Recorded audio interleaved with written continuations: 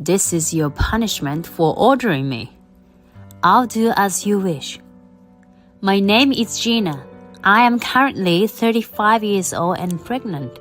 I'm on maternity leave, so I am a housewife at the moment. My husband Keith is an elite businessman, well regarded at his company, but at home he is very self-centered. He has a lot of pride and gets angry quickly whenever I share my opinion, so I try to avoid doing so. In fact, there was a time when I considered divorce, but then I discovered I was pregnant. After much thought, I decided to stay together for the sake of our child. Keith earns a lot, and we bought a new house when we got married. It has a large garden and even a sauna in the bathroom. Our living room is quite spacious, and our house is considered a mansion in our neighborhood.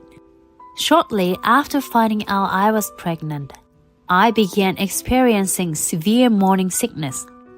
I had heard from my doctor that its severity varies from person to person, but mine was particularly bad, making me spend most of my time in the bathroom.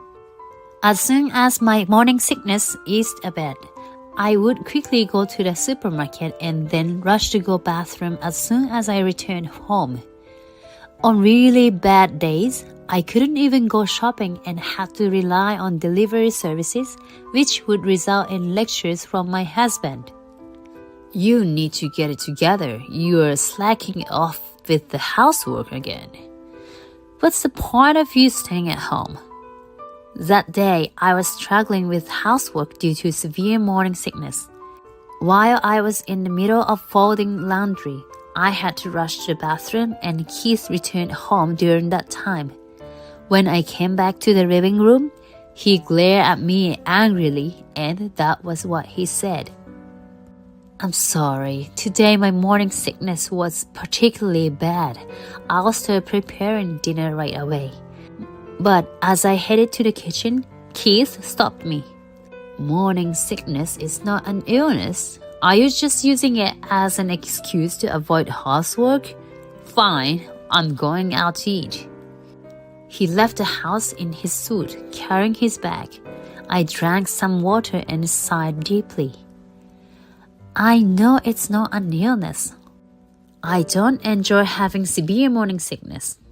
I grumbled to myself, but then realized that my words might be heard by my baby. It's okay, because you are with me. Let's be strong together. I spoke to my baby while gently rubbing my barely noticeable belly. Just the presence of this child gives me the strength to endure. No matter how my husband treats me, I will prioritize my baby and overcome the morning sickness. Keith returned home the next morning, took a shower and left for work without saying a word to me. He still seemed angry, but I started my housework without concern. Today, I felt somewhat better compared to yesterday. While I was feeling good, I decided to finish my shopping at the supermarket. Since I might not feel well the next day, I bought a little more than usual. It was a good idea to buy more, but then I remembered that I shouldn't be carrying heavy things during pregnancy. As I was thinking about making multiple trips to bring the groceries home, someone called out to me, Gina?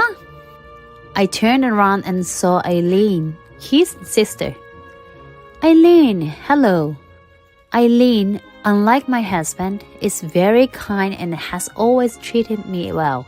She was happy when she found out about my pregnancy, and I really liked her. Hello, are you coming back from shopping? Yes, I bought a bit too much. Eileen looked surprised at the amount of groceries and offered to help carry them. No, it's okay. I'll carry them. I need to exercise. No way. You're not alone in this. It's better not to carry heavy things. I'm strong enough to carry them with ease. Please let me help you in times like this. Eileen smiled brightly and I couldn't help but smile back and accept her help. Why doesn't Keith go shopping with you on his days off? I first smiled at her comment. Ideally, that would be great, but Keith never accompanies me for shopping. Haha, right?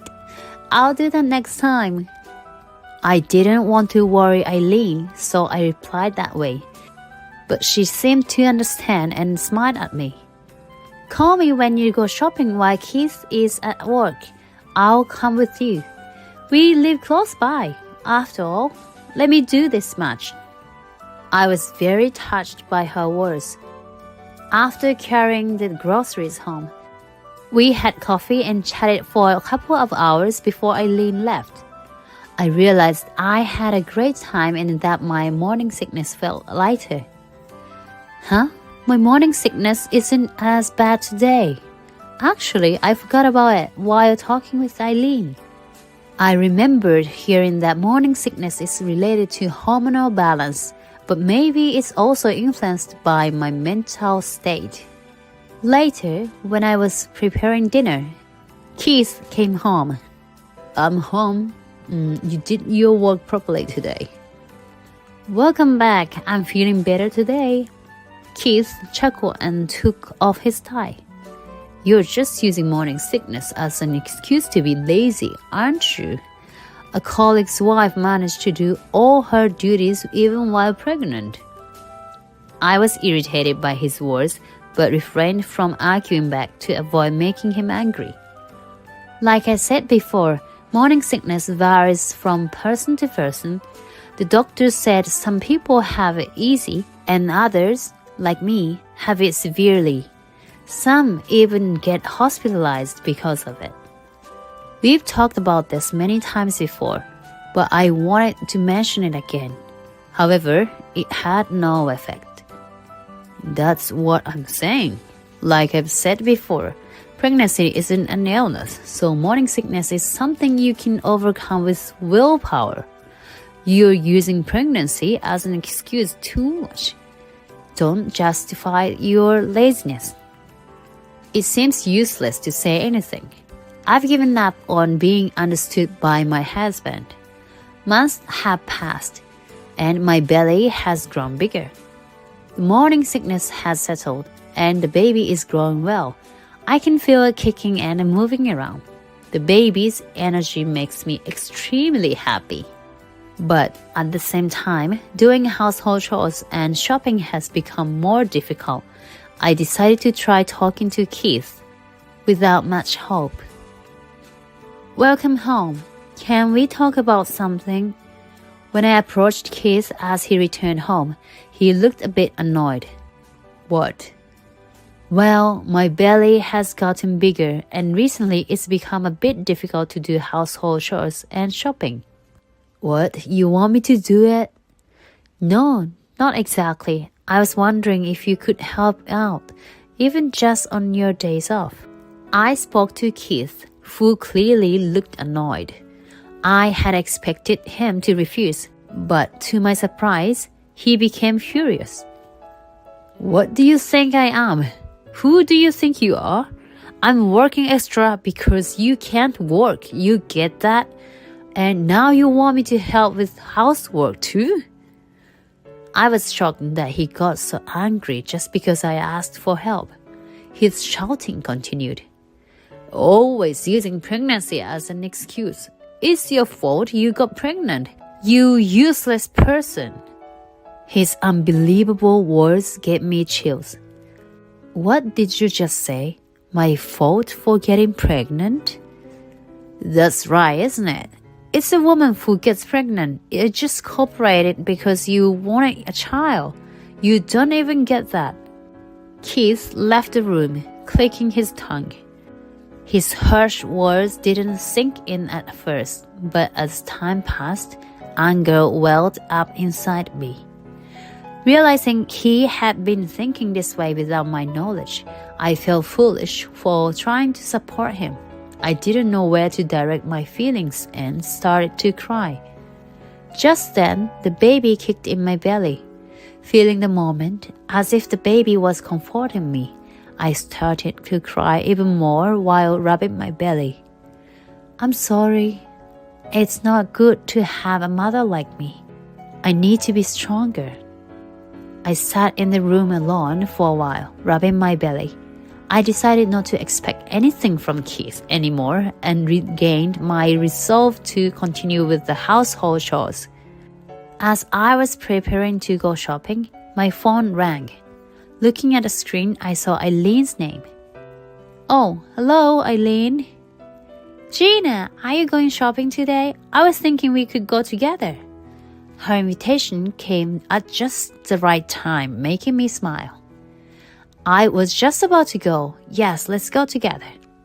Eileen then picked me up in her car, and we headed to the supermarket together. Your belly's gotten so big. Isn't it hard to move? Are you okay? Eileen, unlike my husband, cares about my condition. Are they really siblings? Honestly, it's a bit hard. I get out of breath easily. I see. But it means the baby is growing healthily. Hey there, we are waiting for you to be born healthy. Eileen kindly spoke to the baby. In response, the baby kicked my belly. The baby is responding to you. Really? Does the baby know I'm the aunt? We laughed and talked, and before we knew it, we arrived at the supermarket. After shopping, we decided to have coffee at my house again. It seems like we've made a habit of having coffee at your place after shopping. Don't hesitate to tell me if it's too much for you, okay? It's totally fine. It's just hard to keep moving continuously. Eileen looked at me intensely as I smiled. I wondered why when she said, Gina, are you okay? You look tired. Gina, are you okay? You look tired. I didn't want to worry her and tried to smile. Oh, really? Maybe I overdid the housework. I laughed, but Eileen looked surprised. I realized tears were streaming down my face without knowing, and I quickly wiped them away. Is something wrong? You know you can talk to me. Her kind words broke my restraint, and I couldn't stop crying. Eileen patted my back until I calmed down. I'm sorry, I'm fine now. After a while, Eileen asked again. You don't have to force yourself to talk if you don't want to, but if there's something you can share, please do. I hesitated but decided to tell her everything about my situation with Keith. As I talked, Eileen's expression changed, and by the end, she looked furious. That guy, maybe I should take care of him. Hearing Eileen's cold voice for the first time, I quickly stopped her. No, it's okay. Just talking to you about it has made me feel much better. Thank you.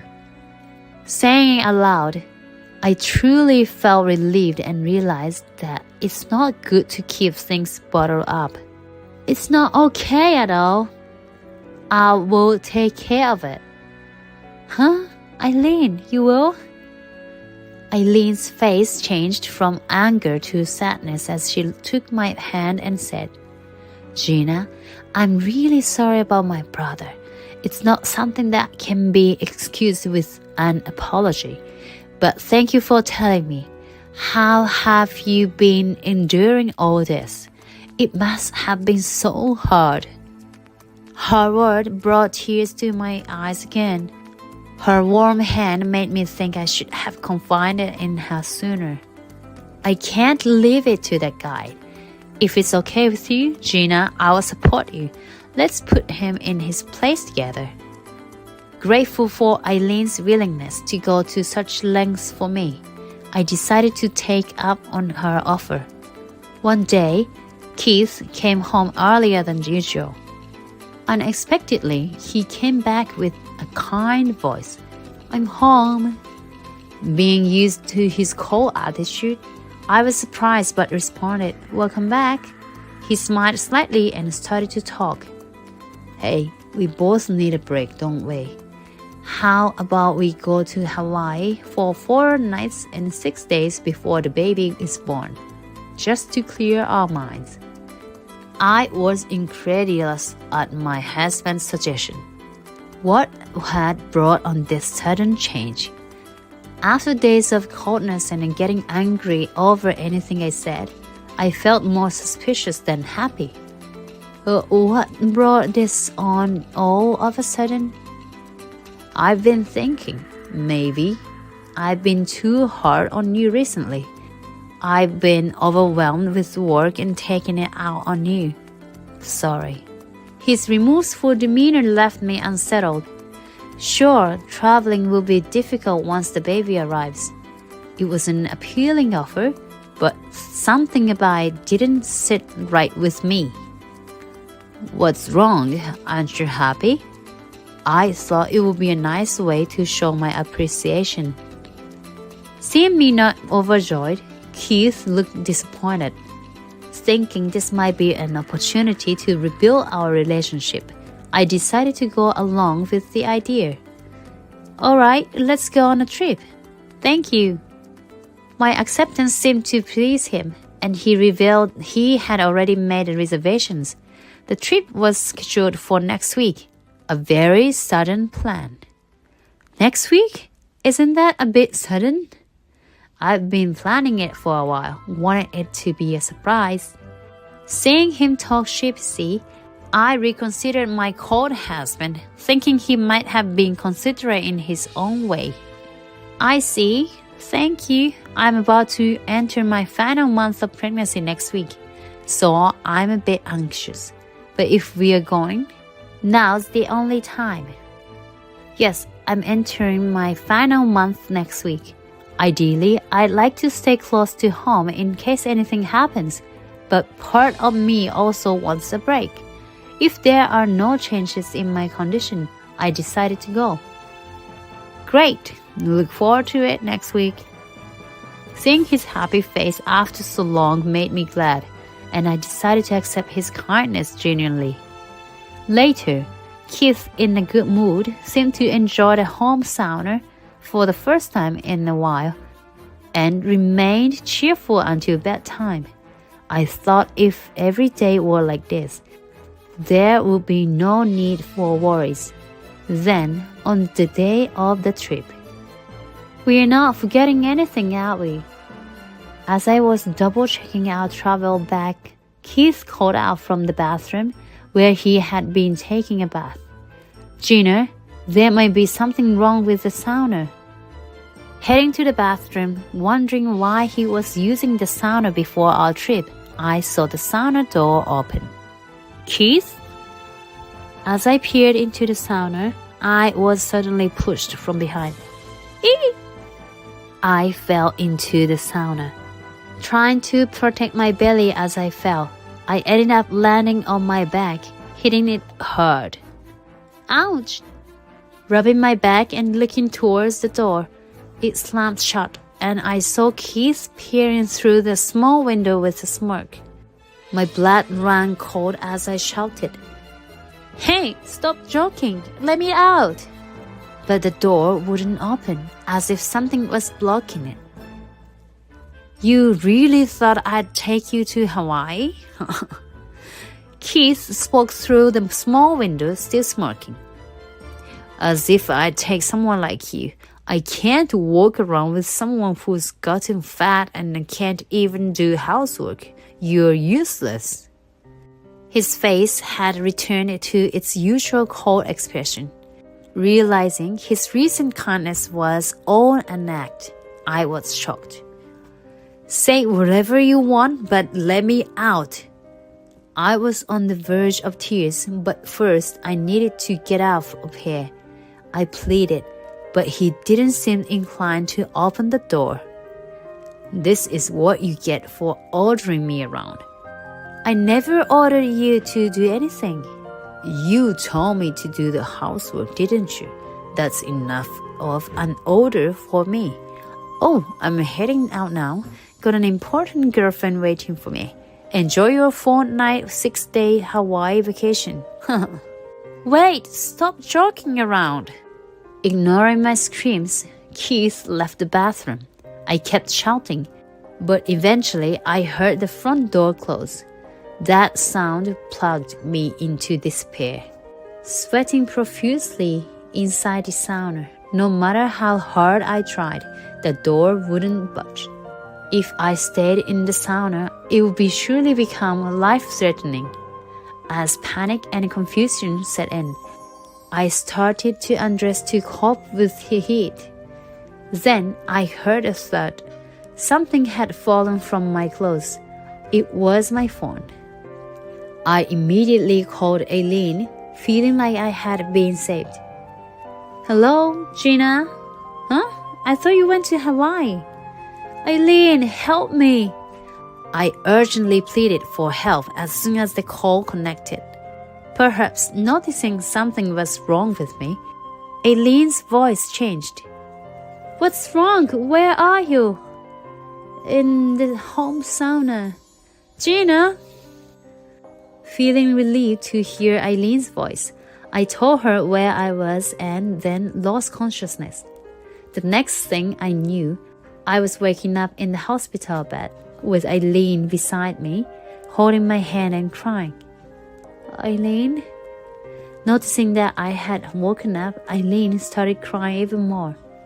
"Gina, thank goodness, you scared me so much." According to Aileen, after I said in the home sauna, I stopped responding, so she rushed to my house. The front door was locked, so I broke the living room window. As she explained, crying, I felt relieved and started crying too. "The baby is safe. You did great under such circumstances." Learning that the baby was safe, I cried even more. Then Aileen called a doctor for me. The doctor said that I had mild dehydration but would be fine with a day's hospitalization. Feeling relieved, I thanked the doctor. Soon after, both my parents and in-laws arrived at the hospital. All four were extremely upset, worried about my health, and bombarded me with questions. I decided to tell the five of them what had happened. "That's unforgivable." Aileen, along with everyone else in the room, was shaking with anger. My in-laws wanted to contact Keith immediately, but I stopped them. I had a plan. "I'm sorry for causing everyone so much trouble, but please listen to me. I can't stay silent after this. Will you help me?" After hearing my story, everyone agreed to help with the plan. "I'll do as you wish." And so, the retribution began. I was discharged from the hospital safely and went back to my parents' house for the time being. My house windows were currently being repaired, and Aileen, who had broken the window to save me, was there to witness. There were 4 days left until Keith returned home. We would execute our plan during this time. After the window was fixed, Aileen contacted me and I returned home with my parents the next day. Entering the bathroom and seeing the sauna reminded me of the incident, sending chills down my spine. But I threw raw fish in a place out of sight in the sauna and placed a human-sized doll wrapped in clothes in front of the door. Then I left the sauna running and left the house. I went back to my parents' house to rest. 4 days later, the day Keith was due to return home came. I waited at my parents' house for a certain call. In the evening, Aileen called. Gina, he seems to have come back. I had been waiting for this report. Thank you, Aileen. I'm sorry for making you help with this. I felt guilty for involving Aileen in my marital issues. What are you saying? Let me do at least this much. Aileen's cheerful words eased my guilt a bit. Following Aileen's report, I opened my smartphone. Displayed was a live feed from my house. In the past 4 days, with the help of both families, I had installed multiple pet cameras in the house. The camera showed Keith entering the house. Let's see what happens next. Keith looked around the house unnaturally and held his nose. Then, as if remembering something, he rushed to the bathroom. The bathroom camera showed him peeking through the small window of the sauna. Just like before the trip, the sauna door was rigged to not open. Keith fell on his backside as soon as he saw inside the sauna. He hurriedly left the house. The camera no longer showed Keith, but Eileen was waiting outside. Pretending to have come over casually, she met the unnerved Keith outside. Eileen kept her phone connected. Keith, did you just get back from Hawaii? Then Gina must be here too, right? Uh-huh. Oh no, Gina is still... What? Didn't you come back together? Where is Gina? No, because... That's right. She said she was going to a friend's house straight from the airport and we separated there. Oh, I have something for Gina. Let me in for a moment. What? No, Gina's not here. Just give it to her when she comes back. I'm just going to leave it here. I'm coming in. What's this smell? Nothing. Go away. It's not nothing. I'm coming in. The camera then showed both of them. Eileen was trying to push past Keith. It smells like something's rotten. This is bad. I'll take care of it. Just leave it. Get out. Eileen pushed Keith aside and headed to the bathroom, the source of the smell. Discovering the sauna door was rigged shut, she peered through the small window and screamed. Ah! As Eileen screamed, Keith ran out of the house. Essentially, he fled. Watching this with my parents, I sighed. How pathetic. I can't believe I married such a man. The video showed Eileen grinning at the camera with thumbs up. She was clearly enjoying herself. Watching her, I couldn't help but laugh too. Afterwards, Eileen opened all the windows in the house and disposed of the rotten fish and the doll that was in the sauna. Seriously, the smell was unbearable. I thought I was going to throw up. I'm sorry, Eileen. I should have cleaned it up myself. No way, I couldn't let you do that. Anyway, he must have thought that doll was you, Gina. Thinking about the fact that I would have been trapped in the sauna, I realized I would certainly have lost my life. And Keith must have known that too. That's why I decided to play along with Keith's wishes.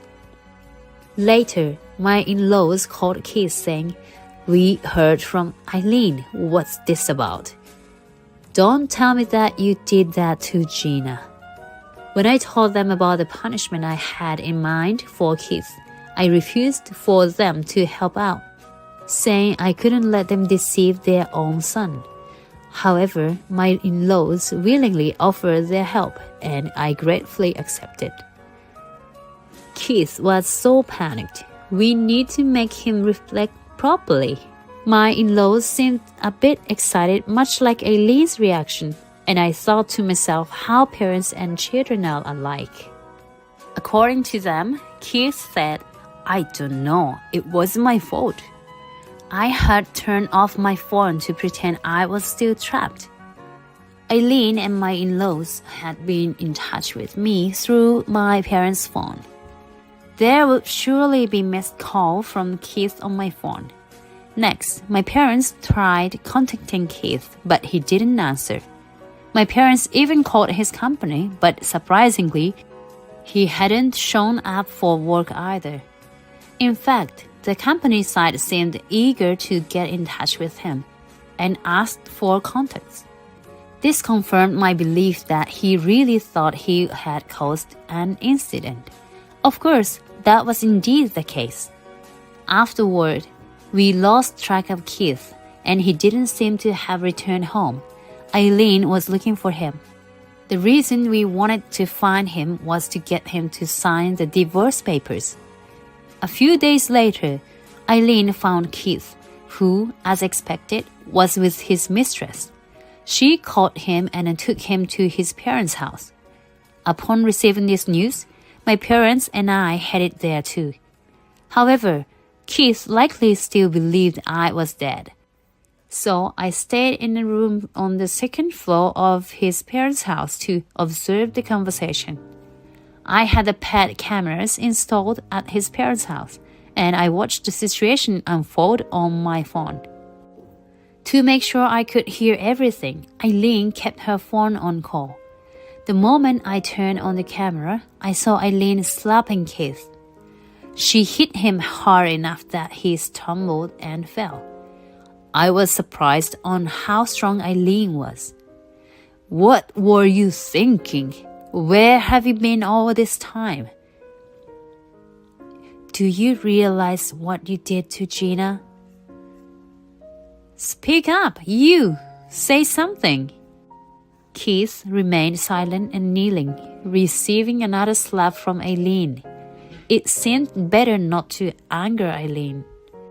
My parents watched silently. I just wanted to punish her. "Punish? What she did is a crime, you know. What are you saying?" "But I didn't think it would turn out like this." "You thought she'd be fine after being locked in a sauna for 4 nights? That's impossible, right? Anyone would know that's life-threatening. You are the one who should be punished." Hearing his mother's words, Keith started to panic. "What do you mean? You're not going to turn me into the police, are you?" "I didn't mean any harm." "That's nothing but harm." Silenced by his father's rebuke, Keith fell quiet. Then my parents spoke up. "We want to cut ties with you, so please write this." "What? A divorce form?" My father handed him a divorce form. The goal today was this. "But she's already..." "Just write it. You're not in a position to argue now." Keith reluctantly filled out the form under my mother's quiet command. "But the assets are mine, right?" Hearing this, Eileen slapped him again. "Even now, all you care about is money? Unbelievable." "But she's gone. I have a woman I want to marry, so I need money." The atmosphere tensed at Keith's statement. In such a charged environment, I was astounded he could even talk about remarriage. I watched the scene on my phone, bemused. Hearing a loud thud as I looked away to drink, I quickly returned my gaze to the phone. It seemed like the father-in-law had hit Keith. "We're done with you. Go ahead and remarry, but never come back to this house again." It was the first time I'd seen a father-in-law so angry. It's scary when a usually gentle person gets angry. Why is this happening to me? It's all Gina's fault. She ordered me to do things. "Ordered? Gina ordered you to do what?" "Yes, she said I had to help with the chores because her belly was getting too big. That's ridiculous." My in-laws and I were appalled at his blatant claim, and Eileen yelled back, "That's not an order. Even if it was, you should do it. You should have done it without being asked. It's clear you never supported Gina." Why am I the only one being blamed? After the divorce form was filled out and it was clear no further discussion would be productive, I decided to go downstairs. Approaching the conversation area, I saw Eileen and Keith still arguing. "So, what if I did? Gina's gone. It doesn't matter anymore." "Feel free to go to your mistress if you like, but just so you know, I will be filing for compensation." Hearing my voice from behind, his body jolted and he slowly turned around, locking eyes with me. "Hey!" Upon seeing my face, Keith seemed to lose his strength and collapse onto the floor. Why are you here?" "Why? It's a family meeting, isn't it? I have to be here." Keith looked oddly confused and turned pale. "Gina, are you okay with this?" "Thank you, Eileen. father, mother, and mom and dad. As I thanked everyone, the trembling Keith started to speak. How? Why? I saw you in the sauna. Oh, you thought I was dead? The bravado he had shown earlier seemed to have vanished, making him look as small as a chihuahua. He was so pitiful that I hardly wanted to talk to him anymore. I just did as you wished. It was your plan, wasn't it? What? You were alive because of you. Keith still seemed bold in front of me. Seeing this, my father shouted at him. Enough! What do you think you're doing to my daughter? Keith, frightened by my father's shout, bit his lip and glared resentfully. Let's go home. We've got the divorce papers signed. As I told my parents, they picked up their things. Thank you, Mother, Father, and Eileen for today. I thanked my in-laws and left their house. The next day, I received a call from the private detective agency. I had hired them during Keith's affair trip to gather the evidence of his infidelity. Since Keith thought I was dead, he hadn't returned to work after coming home, but instead fled to his mistress' house, making it easier to collect evidence. Now I was ready to file for compensation. I signed the divorce papers and submitted them to the office. Then I went to a lawyer's office, handed over the evidence collected by the detective agency, and asked them to represent me in claiming child support and compensation. The lawyer agreed that the evidence was sufficient and started working on it immediately. I considered filing a police report for Keith's crime, but out of respect to his family, who had helped me, I decided not to. A few days later, the lawyer contacted me saying my ex-husband wanted a meeting to discuss things. I was hesitant, but with the lawyer's agreement, I consented to meet him once. The meeting was set for the following week, and I, heavily pregnant, prepared to face my ex-husband and his mistress, who surprisingly showed up together. I thought the meeting would be quick. As the meeting started, Keith spoke. It's too much to ask for compensation when I've lost my job because of you. I won't pay child support either, as I won't be seeing the child. The request for compensation is valid as we have evidence of your infidelity. Child support is not about whether you see the child or not. It's a right the child has. Lawyer, I thought she was dead, so I couldn't go to work. Am I not a victim here? Why did you think she was dead? Well, she was in sauna for days. Anyone would think that. Indeed, you knew there was a life-threatening risk, yet you locked Gina in there. Are you aware that you are confessing to a crime? That's not true. I was just punishing her. This isn't just a punishment, it's a crime. And the reason you lost your job is because you ran away, right? How could I go to work under those circumstances? You should have called emergency services and gone to the police. The fact that you couldn't go to work is your own responsibility. That doesn't exempt you from paying compensation.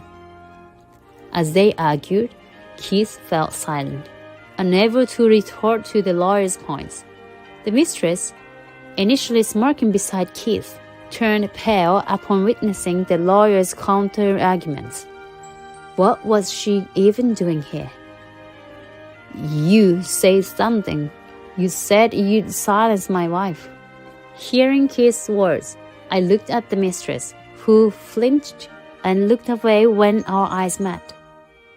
Gina had said she won't file a police report if you agree to pay compensation and child support. What do you say? Hearing this, Keith looked up. Really? Is that right, Gina? Yes, but this isn't for Keith's sake. It's out of consideration to his family. However, if you don't agree to the alimony and child support, I will file a report." Hearing this, Keith hurriedly agreed. Subsequently, both parties paid the compensation without issue, and child support payments were confirmed. Keith, having fled and repeatedly missed work, was fired from his job and struggled to find new employment. Dissatisfied with starting as an ordinary employee, he quickly lost his next job too. His pride as an eliteness seemed hard to shake off, and now he's scraping by with odd jobs and his mistress' income. The mistress working part-time with a meager income, and Keith are barely making ends meet, it seems. The mistress, who was initially after Keith's income, has apparently lost her patience with him. However, due to Keith's overbearing nature, she seems to be reluctantly complying with his demands. As for me, the night after the meeting about compensation and child support, I went into labor. I quickly called the hospital and rushed to the maternity ward. On the way, I informed Keith's family and Eileen. Though we were now divorced and technically strangers, I still wanted to call them, since they were looking forward to the baby's birth. Hours later, my healthy baby boy was born amid loud cries. Both mother and child were healthy, and my parents, in-laws, and Eileen was there to greet us, all tearfully happy. Seeing everyone, I couldn't help but smile. Even after all that had happened, my relationship with Keith's family continued, and they occasionally visit to see my child. Watching my child grow up surrounded by love, I feel truly blessed in my days.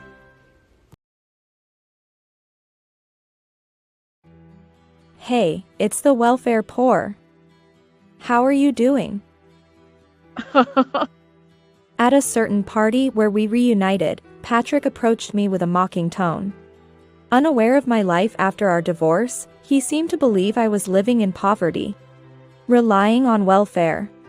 I responded with a dry smile, almost mocking his naive mindset, and confronted him with a surprising truth. Huh? Who are you confusing me with? Hearing this, Patrick was shocked to learn about my current situation, and he burst into a frenzied rant. My name is Claire Miller. I am a 45-year-old housewife. My husband's name is Patrick Miller.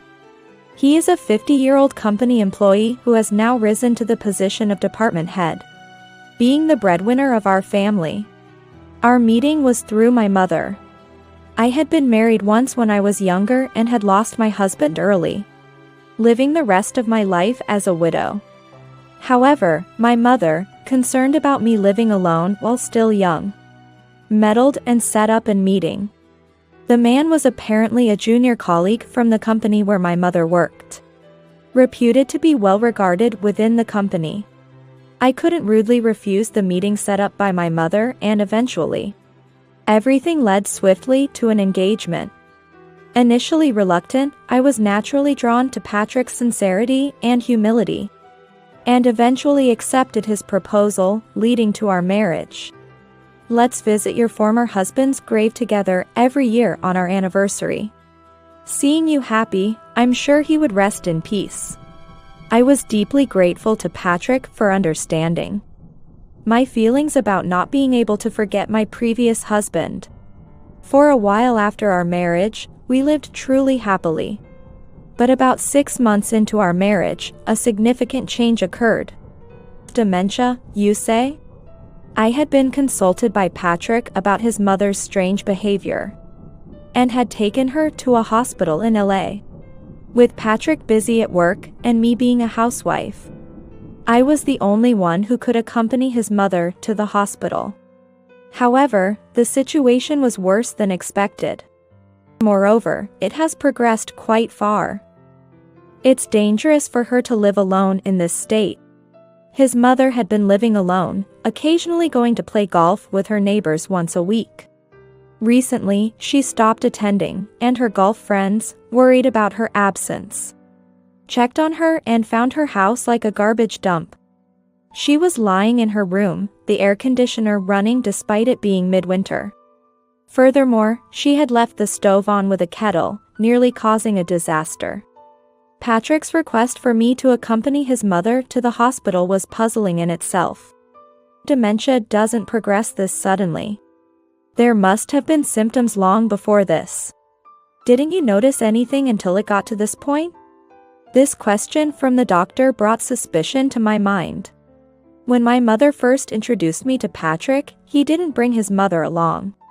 Instead, her brother came, explaining she was busy with important matters. Even when I visited their house later, Patrick was always bustling about, never letting his mother do anything. It dawned on me then that the house being well maintained was because Patrick had been taking care of everything. I was attracted to him for being family-oriented and caring for his mother. But after marriage, he left all household responsibilities to me, never offering to help. He said, "My mother is old, so I never asked her to do anything, but you're young. I'm providing for you as a housewife, so you should be able to handle the housework." I couldn't bring myself to mention anything about it. But what if, at that time, she was already showing symptoms of dementia? And he was trying to hide it by only putting on a brave face for those moments? I had a hunch that Patrick was deliberately neglecting his mother. Part of a plan he had devised all along. Such a premonition crossed my mind. The doctor suspected us of neglecting his mother, hence his choice of words. It was only natural to be suspected. After all, we had let his mother live alone in such a condition, without taking proper care of her. I felt angry at Patrick's apparent indifference towards his parents. Given the circumstances, I couldn't just send his mother back to her home. So, I decided to take her with me to our house. Fortunately, she was neither aggressive nor inflexible and readily agreed to stay with us. Like watching over a young child, I couldn't take my eyes off her. As I anxiously waited for Patrick's return, he came home and grimaced upon seeing his mother. "Why is Mom here? Didn't you send her back home after the hospital?" I was stunned by his callous attitude and raised my voice involuntarily. "What kind of way is that to speak? She's your mother, isn't she? Don't you care at all? I cared enough to ask you to take her to the hospital, didn't I? But that's as far as my request went. I never asked you to bring her back here. She's not in a state to be left alone at your parents' house. So I brought her here. Why are you complaining about that instead of being concerned about the diagnosis? Did you know something about this?" I didn't miss the momentary hesitation in Patrick's reaction to my interrogation. However, he quickly regained his composure, hanging up his suit and continuing lazily. "What do you mean by a something? If you have something to say, just say it. Your mother, she has dementia. And it's quite advanced. Did you know about this? Did you hide it and marry me regardless?" He must have anticipated being cornered with these questions. Dismissing it as absurd, he laughed and went to grab a beer while loosening his tie. Drinking wasn't suitable for the time of such a serious conversation. So I snatched the beer can from his hand. "What are you doing?" Not, "What are you doing?" We're talking about your family here. Who in their right mind drinks leisurely in such a situation? Despite his shouting, I didn't back down and continued to confront him. This commotion worried his mother, who came to check on us. "What's wrong, Claire?" I heard loud voices. "Oh. Sorry, it was just a big bug that startled me. Don't worry, I'll get rid of it soon." Referring to Patrick as a big bug, I made a pointed remark. He seemed to catch the metaphor, looking at me suspiciously before sitting down at the dining table with a sigh. I settled his mother on the living room sofa and turned on the TV to distract her from our conversation. As Patrick finally seemed ready to talk, my irritation surged. But I kept it in check and began discussing our next steps. Honestly, if her dementia is that advanced, we need to consider putting her in a facility. Then you handle the paperwork. I don't have time for my job. You're free all day, aren't you? Taking care of her should be no problem for you. Are you planning to leave all your parents' care to me? First, we need to persuade your mother about her condition. We can't just force her into a facility without her consent. What? You haven't even discussed it with her yet? What have you been doing all day? You had plenty of time to explain after the hospital and before I got home. Poor planning. You could have at least handled that much. I couldn't believe it. That this man was so utterly hopeless. It was a moment of regret for my lack of judgment. The idea of someone neglecting their parents to this extent was unfathomable to me. As I felt more despair than anger towards Patrick's unbelievable nerve, he began to utter words that were beyond unacceptable as a human being. I'm busy with work. I'll leave everything about Mom to you, just handle it anyway. But don't deduct anything from my salary for her expenses. I don't want any unnecessary costs. She's your mother, isn't she? As I raised my voice in disbelief at his incomprehensible words. His mother must have sensed something was wrong. Seeing her worried face peeking into the kitchen, I quickly put on a smile to reassure her. Patrick seemed to take this as an opportunity. He left his mother in my care and retreated to his room as if escaping, locking the door. Even when I tried to talk to him, he wouldn't open the door or respond. I decided to wait until the next day to settle things with him. But that was the beginning of a mistake. Patrick didn't return home for nearly a month. When I called him, he blocked my number. When I inquired at his company, they said he was absent and wouldn't tell me his whereabouts. I was at a loss about what to do. Then, I received a call from an unknown number. Hello? Answering the call with suspicion, it turned out to be Patrick. And I could hear noisy sounds in the background. I called because I have something to tell you. You have something to tell me? Where are you right now? I have things to discuss too. Why haven't you come home? What about your mother? What are you thinking? As I raised my voice, Patrick sighed wearily and spoke surprising words in an irritated tone. I'm tired of your nagging. I probably won't return to that house anymore. Pack my things. I'll proceed with the divorce through a lawyer. What? What did you just say? I was stunned by his unbelievable words, my mind going blank, unable to comprehend the meaning. I'm divorcing you. I'm sick of coming home to your constant nagging. Pack my stuff. That's it. With those words, the call from Patrick was abruptly cut off. Later, a lawyer arrived at the house as he had said, and started the divorce proceedings. I desperately resisted, but the lawyer spoke mechanically, saying if I didn't agree to the divorce, they would take it to mediation. Showing no willingness to listen. Standing on the brink of despair, his mother looked at me anxiously. Claire, what's wrong? Are you feeling unwell? If you're tired, take a rest. I can make you some soup. Her kind words, despite her dementia, nearly brought me to tears. It was the same when we got married. My mother-in-law, who raised Patrick alone after losing her husband early, spoke of her long, lonely times.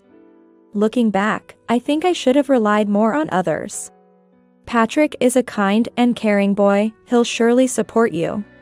So, Claire, don't hesitate to lean on him.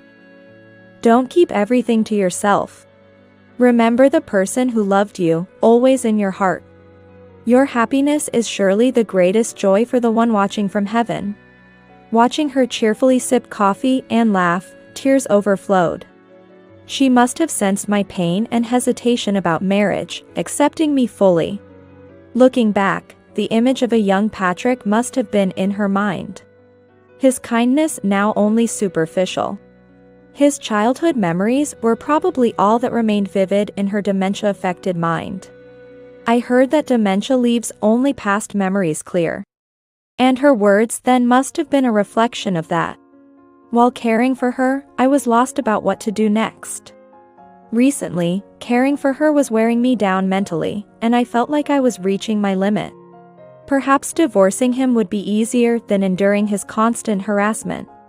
Fortunately, I had a secret plan to help my mother-in-law.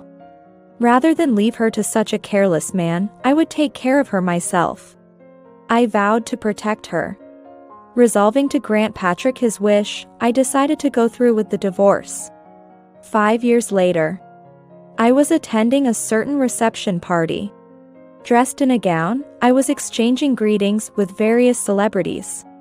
It was then that I locked eyes with someone approaching from the front, who smirked upon recognizing me. "Look, it's the welfare poor. How are you doing?" It was Patrick, accompanied by a very beautiful woman. She was his current wife, and he had divorced me to marry her. "What are you doing here?" I pretended not to know why Patrick was at the party. But in reality, I knew everything. I knew he brought his wife here, that he divorced me to marry her. And even that he married her after pushing the burden of his mother onto me. "I'm a guest, that's why I'm here." "But why are you here? Dressed in a fancy gown despite your welfare life?" "Even a mule looks fine in a dress." Mocking my appearance, Patrick laughed derisively. I responded with words that would shock him. "Huh? Who are you mistaking me for?" As I laughed off Patrick's words, the people around us also chuckled, hearing his remarks. Patrick and his wife looked surprised and flustered, turning their gazes between me and the crowd. Then, the brother of Patrick's wife, who is a scion of a wealthy family, approached me and bowed deeply. "Chairwoman, thank you very much for your invitation to this event." "Chairwoman?" Patrick was shocked to hear this, and his wife also opened her eyes wide in surprise. "What? You didn't know this person is the chairwoman of Bradley Company?" Patrick's brother-in-law looked at him coldly, as if to say, "You came to this reception party without even knowing who the host is?" The looks that seemed to say as much pierced through Patrick. "Chairwoman Bradley, I hope my brother-in-law hasn't done anything rude to you." "Has he?" His words, loaded with implication, made Patrick's expression contort. Surely, the harassment, the divorce, and the issues with his mother were all racing through his mind, causing internal panic. While observing this, I maintained a pleasant smile and responded dismissively, "No, not at all.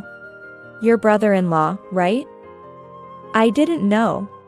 We have had interactions before, so it's all right." Patrick and his wife were perplexed by my response. They probably thought he didn't know Patrick was my ex-husband, and that his affair with his current wife during our marriage was a secret. Sweat was visibly running down his wife's forehead. But they were mistaken from the beginning.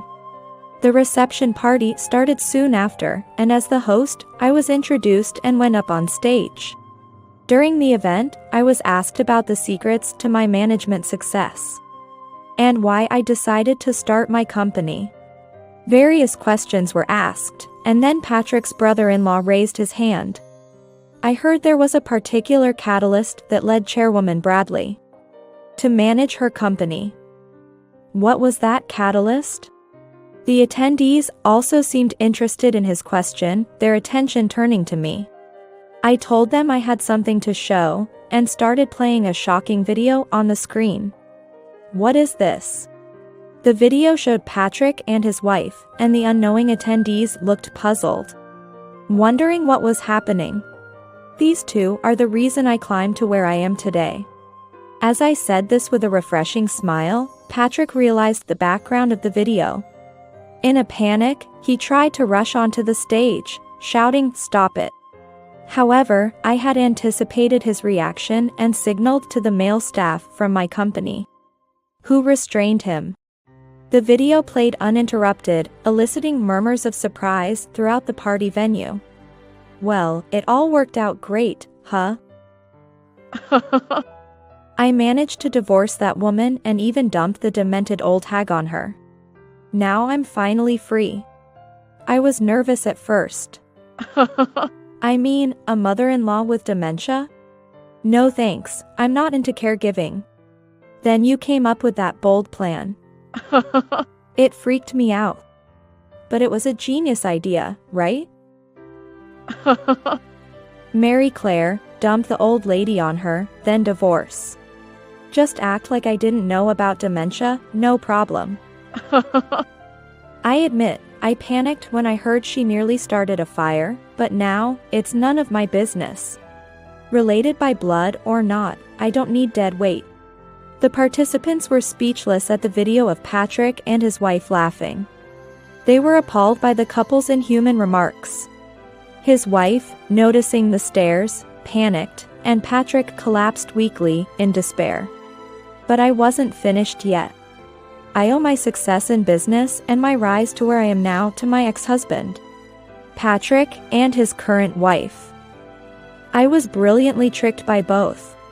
Abandoned by my husband with a demented mother-in-law and left behind in the house. He thought I was penniless, living on welfare.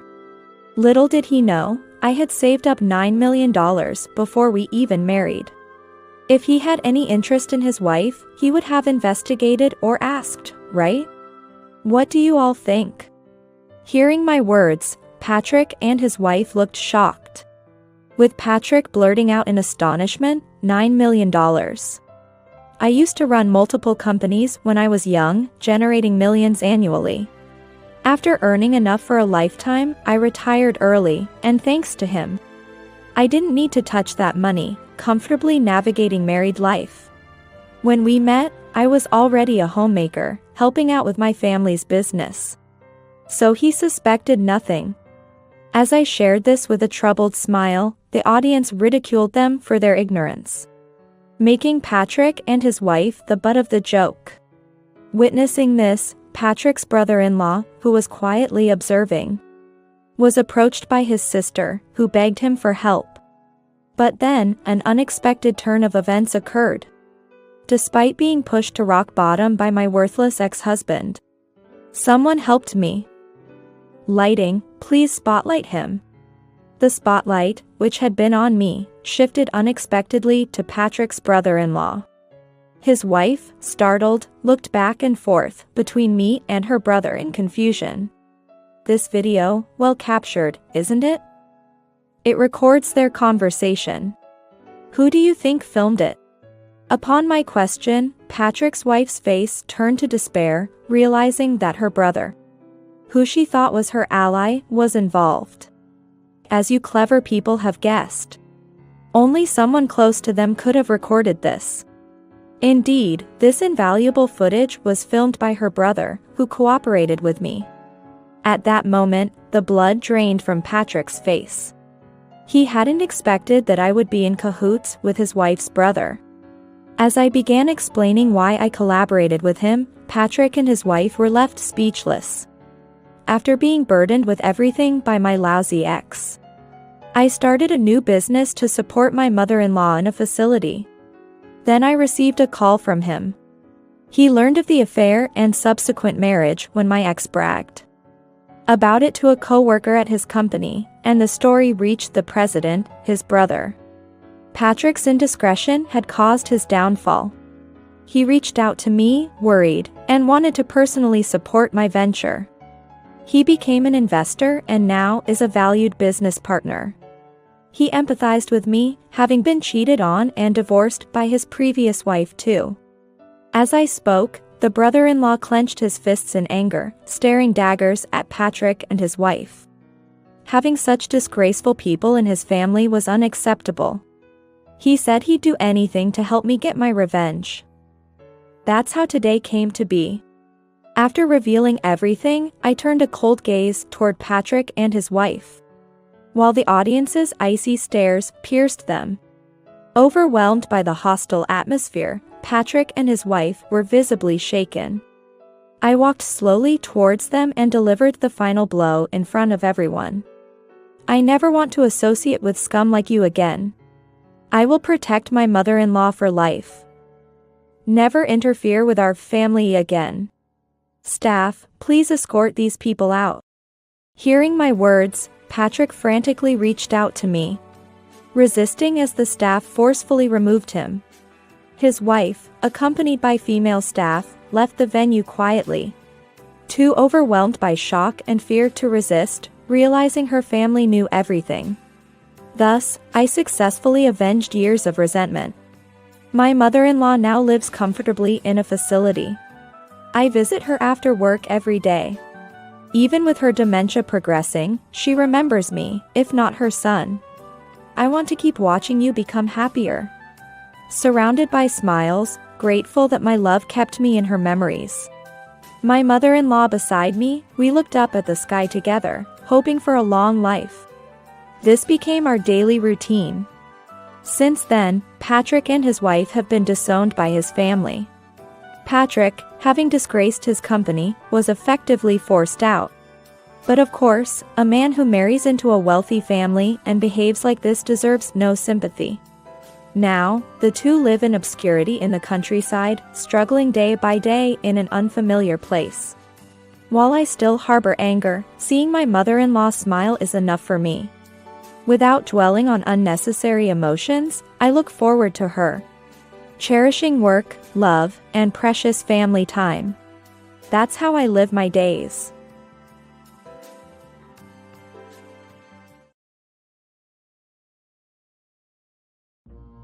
I don't want a dying one in my house because she smells gloomy. I will not allow any more home nursing. When my mother was diagnosed with terminal cancer, she was driven out of the house. The only ones who were there for her in her last moments were us, her daughters. And when my father was diagnosed with cancer, he pushed his care onto others. Do I really have to silently endure this treatment? It's about time to teach that fool a lesson. My name is Bonnie. I'm 21 years old, a junior at a local public university. I have a younger sister, Susan, who is a college student, and we were a family of 4 with our father and mother. It may sound like a typical family, but my sister and I hated our father. He clearly looked down on our mother, a full-time housewife, and disliked spending time or money on family matters. Mother, always busy with what's now called solo parenting, never showed her tiredness to the family, always smiling and cheerful. We sisters loved her dearly and grew up detesting our father, who didn't appreciate her. Then, 2 years ago, when my sister entered college, Mother fell ill and was hospitalized. Our family was called to the hospital to hear the doctor's explanation. It's cancer. She has about half a year left, I would say. She hasn't been taking regular health checkups, has she? If it had been discovered earlier, there might have been something we could do. Oh, well, my wife always said she was fine and didn't want to go. Father was all submissive in front of the doctor, but as soon as he left the room, his attitude changed. Really? If she gets cancer, who's going to take care of the house? You girls, do the housework in her place. After saying that dismissively, he left the hospital without visiting Mother and went out drinking. What is he talking about? It was Dad who always opposed Mom going for health checkups, saying there's no need since she's always at home and should spend any free time doing housework. My sister muttered this, trembling with anger. Father never visited Mother in the hospital and went out drinking every night, returning home late.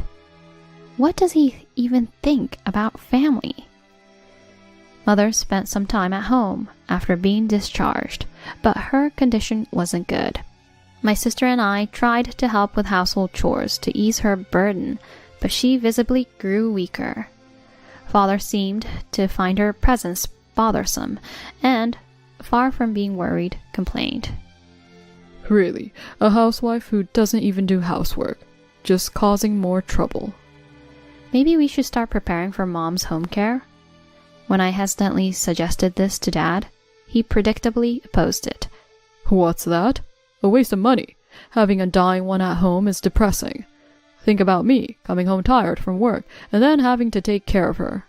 You girls have it easy as students. Who do you think is paying for your college? He kept grumbling. I had expected opposition, but not to be spoken to so harshly, and I couldn't help but cry. How can you... Mom's part of the family, right? Are you really going to abandon her just because she's sick and can't do housework anymore? That's just wrong. Hearing this, my sister who was listening also started crying, saying, That's too cruel. Poor Mom.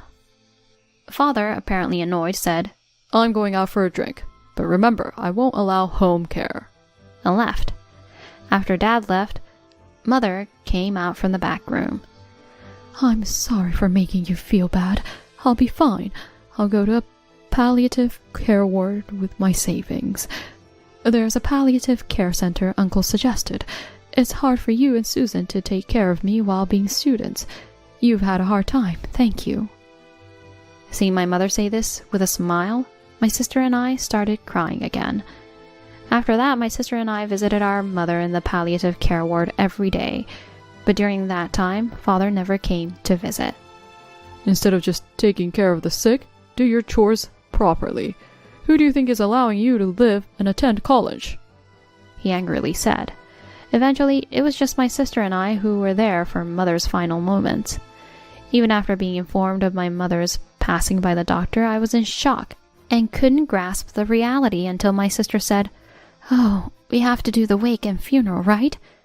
That snapped me back to reality, and I managed to contact my mother's relatives. I see. You two, Bonnie and Susan, have had it tough. I'm sorry I couldn't be there for her passing. Leave the rest to me. Uncle, Mother's brother, was always reliable, and we often depended on him. Thank you, Uncle. We still haven't been able to reach Dad on the phone. I knew it.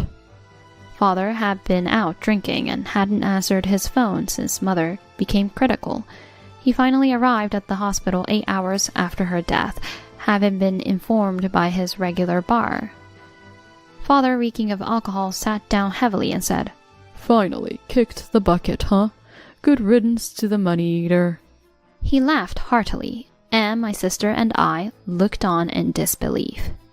Thanks to Uncle, the wake and funeral went smoothly.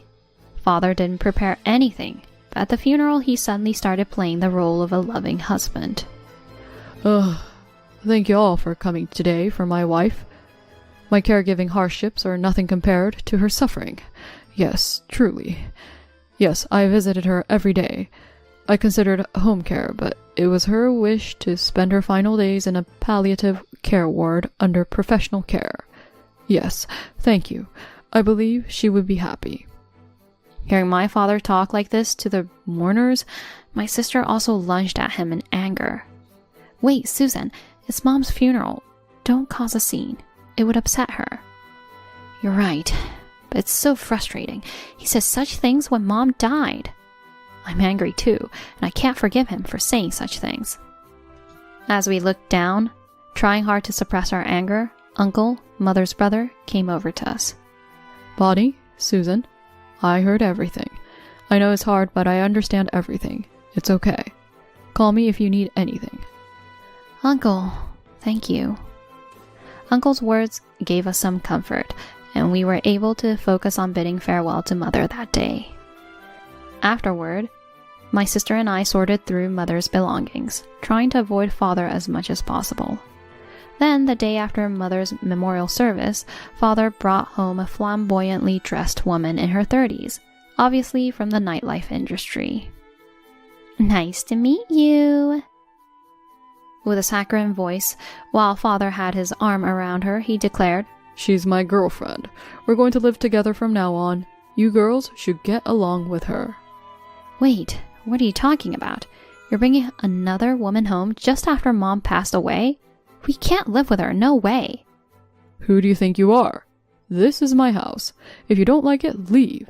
I'll still pay for your tuition, but don't involve yourselves with me anymore. I have my own life to live. Can't stand this anymore. Supporting my crying sister, I went back to our room. Then I took out my smartphone and dialed Uncle's number. What? He's brought in a new woman now? That man is the scum of the earth. Come to my place. You can come right now. Pack up your things and come over. We packed our essentials into a suitcase and jumped into a taxi we ordered on our phone. From the living room, we could hear the high-pitched laughter of Father's girlfriend. You did well to come. It must have been tough. Arriving at Uncle's house and being warmly welcomed, I felt so relieved I almost cried. You must have had a hard time on such a cold day. Would you like some milk tea? You both should commute to college from here. It's not too far from here. Thank you so much. We will help out as much as we can. Life at Uncle's house was peaceful, and my sister and I, busy but often reminiscing about Mother, found ourselves thinking less and less about Father. Then one day I got a call on my phone. Hello, Bonnie. Long time no see. Actually, your father is in the final stages of cirrhosis and needs care. Honestly, it's tough for me alone and I have my own job. He said to ask Bonnie and Susan for help. You're worried about your dad, right? We were told by our father to not involve ourselves with him anymore.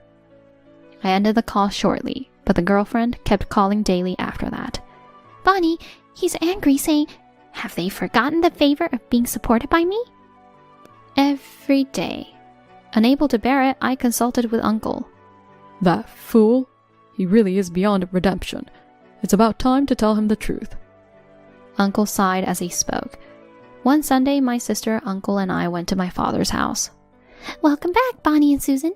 You must be worried about your dad after all, your family. You're coming back to this house, right? Thanks in advance for taking care of him. Of course. It's only natural for children to take care of their sick parents. By the way, I didn't mention it, but I quit my job last month. Can't work with this body, so I can't pay for your college anymore. Quit college and work while taking care of me. What are you saying? No way, we are not your slaves. What the hell are you saying? It's only natural for children to take care of their sick parents.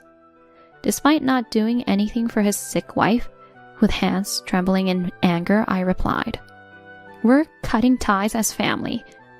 We'll manage our tuition ourselves. Living here and taking care of you is impossible. What? Do you think that's allowed?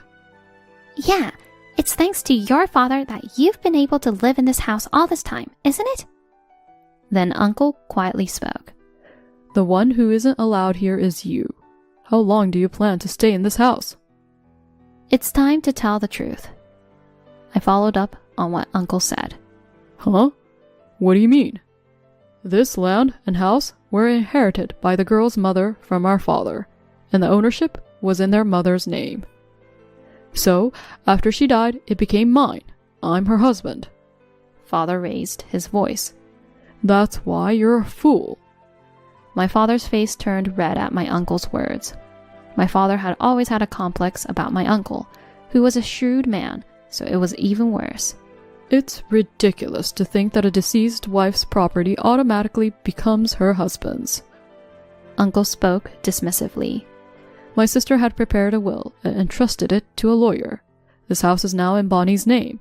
You two have no right to live here. Uncle continued sharply. You always mocked my sister, calling her a money-eating housewife, but did you actually contribute properly to the household expenses? There were times you didn't because you spent it on drinking. How do you think she managed during those times? Well, I thought she was saving and managing because she was at home. You really are a fool. She wouldn't have had enough to manage her savings. She was earning income through investments and managing the household with that income. And you didn't even know, thinking you were the one supporting the household. So that's the situation, Dad. This house is now mine. I'm currently looking for a buyer through a real estate agent, so can you leave? I tried to keep my emotions out of it as I spoke. What? I quit my job. I have no income, and now, if I lose the house too... Father's face, which had been red, now turned pale. All right. I was wrong. I apologize. Let me live in this house. We can be a family again like before. Father said this, looking like a completely different person, head hung low. I finally said what I had wanted to say for so long. No, thank you. I have no attachment to this house without Mom. Having someone on the brink of the afterlife in the house makes it so gloomy, right? I'll return those words to you. My sister nodded vigorously beside me. We won't see you again, Dad. Firmly stating that, we left the house filled with memories of our mother. Later on, when my sister and I secretly went to get our belongings during Father's absence, a neighbor lady told us, "That flashy woman who is living here seems to have left, and my husband saw your father at the hospital wearing shabby pajamas and muttering, 'I don't have any money to buy anything at the store. Is your father all right?'" I gave a vague reply to the curious lady and quickly left the scene, but my sister and I later said to each other, "It serves him right." Exactly, karma. That's the punishment for how he treated our kind mother. Uncle was right. We struck at the right time when it would hurt him the most. Really, it was good to follow Uncle's advice. I remember the day we arrived at Uncle's house. We'll help out as much as we can. You don't need to worry so much. You should know the truth. My sister knew about his mistress and anticipated that if he got the inheritance, he would let his mistress do as she pleased. She intended to divide her assets among you two sisters. She entrusted me with all the legal matters after her death. Then I learned that the house and land were in my name, and stocks and other assets were inherited by my sister. So that means Dad and that woman have no right to live in that house, right? Let's go take it back right away. Wait a minute. As you know, I'm a doctor. When I saw him at my sister's funeral, I had a hunch. He doesn't have long left. Maybe when he's in the same situation, he'll understand her feelings. As Uncle intended, we were able to cause significant damage to our father. But sister, are you really okay with selling the house? It has our memories with Mom, and it's where we grew up. Yes, I was conflicted, but I didn't want to leave the option of home care for Dad, and it's scary that his mistress knows about the house. For me now, home is where I can be with you. While talking, my sister and I entered an apartment building in front of the station. This apartment is owned by Uncle, and he's letting us stay here for free. Uncle owns several apartments in this area. I remember when Uncle suggested that we live in this apartment.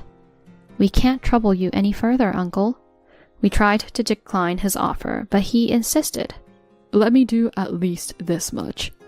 I can't accept money from you students. My wife and I don't have children, so we think of you as our own. It would make us happy if you rely on us. Thank you so much. Remembering the hardships we endured because of my father, I felt a surge of emotion. I really wanted to pay for your tuition too. Are you sure you want to pay for it yourselves? Yes, after selling the house and stocks Mom left us, we have enough to cover the rest of our tuition. It's really all thanks to Mom. My sister's eyes also welled up with tears. We have to stay positive to reassure my mother in heaven. My sister and I nodded to each other. Entering the apartment, I recalled this conversation with my sister.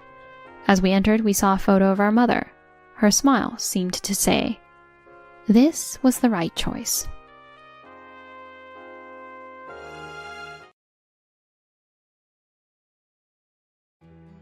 I've decided to remarry your sister. What? What are you talking about? Because if I stay married to you, I can't live in that mansion. My husband easily discarded me and remarried my sister. All for the mansion worth $3 million left by our deceased father. My sister, who has always been hostile towards me, proudly flaunted her relationship with my husband. She boasted, "That mansion and your husband, they are all mine now." Well, if that's what she wants, she can have it. Given the situation, I won't hold back either. Because that house, they still don't know what it really means to inherit that house. My name is Wendy Mason, 28 years old. After graduating from university, I joined my father's company and have been working hard there ever since. To meet my father's expectations, I have worked hard since I got the job. Until then, I only thought about work, but surprisingly, I got married a year ago. Now, I am living a normal, happy married life. My husband's name is Alex, 33 years old. We met at a mixer I was dragged to by a colleague from work. At the mixer, I unexpectedly hit it off with Alex and we got married quickly after dating for 6 months. People were surprised that I, who had no interest in romance, was getting married. But I was the most surprised. Getting married after only 6 months of dating was unthinkable for the old me. But I liked Alex that much. He is an ordinary office worker like me, but there is a significant difference in our incomes. He feels inferior because of this income gap, and even after a year of marriage, I haven't been able to tell him how much I earn. Therefore, I haven't been able to tell him that my father is the president of the company, and that I will eventually succeed him. I think I should tell him someday, but surely not now. I will wait until our relationship of trust deepens before I tell him everything. That's what I thought. Then, one day, as usual, while I was working at the office, my father, the president, called me. We try not to interact much at work, so I felt a bit uncomfortable being called by him at the office. But he is not someone who would call me without a reason. With questions in mind, I went to the president's office where my father was waiting. As I knocked, I heard a voice saying, "Come in." When I opened the door, I saw my father with a somewhat sad expression. "Father, no, President Mason. Did you call for me?" "It's okay, Wendy. Just treat me as your father for now." Then, Dad. "Is something wrong?" "Actually, there's something I need to explain to you." "Explain? What about?" "About the company. I've been thinking I need to talk to you about making you the president." "What? Now?" What I first felt was, why now? Indeed, as the eldest daughter, I did want to take over my father's company eventually. Our family lost our mother in an accident more than 10 years ago. Since then, my father has been raising my sister and me by himself. My sister Becky went through a rebellious phase and was quite troublesome, even running away from home at one point. Even now, she doesn't have a stable job and lives day-to-day doing part-time work, which further motivates me to meet my father's expectations. But my father is only 55 years old. There are still 5 years until his retirement. And he always used to say he'd keep working regardless of retirement age. But why now? Why talk about the company at this timing? By the way, my father had just built a mansion worth $3 million a few months ago. He was happily talking about his dream of living there someday with close friends. But now, my usually hopeful father is looking so sad in front of me, trying to entrust his company to me. I couldn't help but feel it. Maybe my father won't be around much longer. To dispel this fear, I asked my father with a prayerful heart, "Hey, Dad. What's happening all of a sudden? I do want to take over your company eventually, but isn't this too soon?" "It's not too soon. The sooner, the better. But here, I've compiled some documents about our company. Please go through them when you have time." "Okay." As I quietly agreed, my father said, "Thank you," and smiled. His face was not that of the company president, but unmistakably of father. Feeling something was off with my father's behavior, I left the president's office, not wanting to pry further. He didn't tell me anything important, but that fact alone unsettled me. That night, when I got home, my husband had already returned. Unable to keep it to myself, I ended up telling him everything. Today, this happened. Then, my husband's eyes widened in surprise. "Wait a minute. Your father is the president of your company?" "Yes." "I'm sorry for keeping it a secret." "No, that's okay. But why would your father suddenly start talking about handing over the business?" "I don't know." "But you know, right? Dad just bought a house a few months ago." "Oh. Yeah, that huge house, right? I knew he was rich, but that was shocking. Of course. That house costs $3 million. $3 million. My husband's eyes widened at that sum, so far from our everyday lives. I nodded slightly to him. It's strange, right? Dad, who was so happy talking about the future, suddenly wanting to hand over the presidency to me. I have a bad feeling about this. No, you're overthinking it. Besides, that means we'll eventually get that house, right? No, that's not what we should be talking about right now. This is crazy, I'm so excited. Living in a $3 million mansion someday. Too lucky. Alex, wait. My husband's eyes shone, not listening to my words at all. I wanted to talk about my worries about my father. But Alex was completely preoccupied with the thought of inheriting my father's mansion. It doesn't matter about Dad's house right now.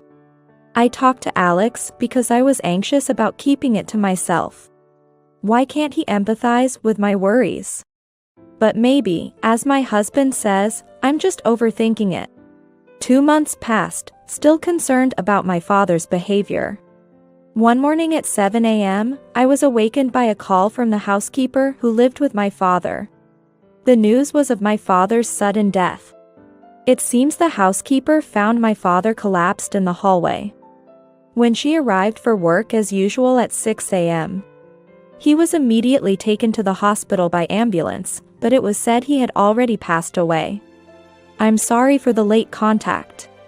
In the background of the phone call, the housekeeper's voice was close to tears. Unable to bear the rising grief, I cried out loud. I found out that a few months ago, my father had been given a terminal diagnosis. He went to the hospital after feeling symptoms, where he discovered his cancer had metastasized throughout his body, making surgery impossible.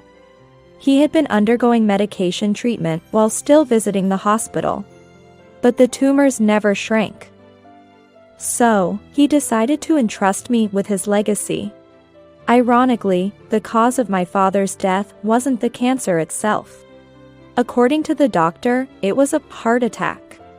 If it weren't for the attack, he might have lived longer. This thought made me feel nothing but frustration. I decided to meet with my sister, Becky, to tell her this fact. She arrived 30 minutes late at our meeting place. When I told her about our father's death, she initially showed shock but quickly lit up with excitement. So, that means we get Dad's inheritance, right? What? Are you serious? Does that mean we get that house too? You're working, so you don't need it, right? Give it to me. I'm appalled. Dad just died, and you're talking about this?